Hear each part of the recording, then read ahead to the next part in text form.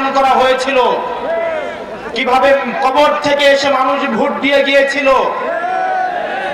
আমরা সেটির সাক্ষী হয়েছিলাম 2018 সালে। প্রিয় তরুণ প্রজন্ম, আমরা দেখেছি 2024 সালে আমিরামিন নির্বাচন,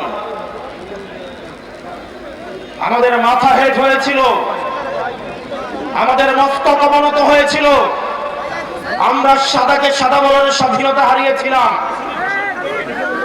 আমাদেরকে সাক্ষী রেখে গণতন্ত্রকে বারবার ভুলুণ্ঠিত করা হয়েছিল।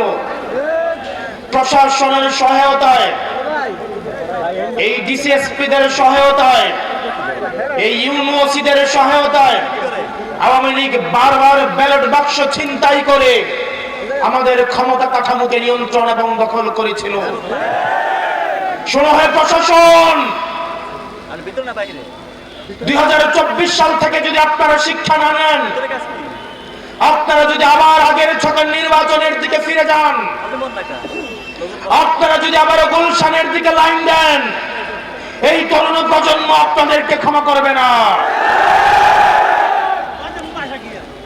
এই তরুণ প্রজন্ম যারা জুলাই এসে রক্ত দিয়েছিল, এই শাহী খুনি হাসিনাও বলতে বাধ্য হয়েছিল, ওদের একটাকে মারলে একটাই যায়, বাকিগুলো রাস্তা থেকে যায় না।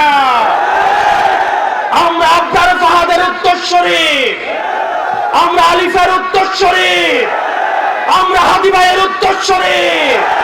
সুতরাং যেসব ডিসিএসপিরা আবার 14-এর মতো, 18-এর মতো, 24-এর মতো ব্যালট বাক্স ছিনতাই করার চিন্তা করছেন, আপনাদের প্রতি আহ্বান থাকছে, আপনাদের প্রতি আপনাদের পরিণতি হারুনের মতো এবং বেনজিরের মতো হবে।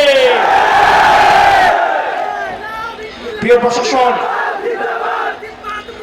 আপনারা রাষ্ট্রের অঙ্গ, আপনাদের ছাড়া রাষ্ট্র কোনোভাবেই প্রপারলি ফাংশন করতে পারবে না।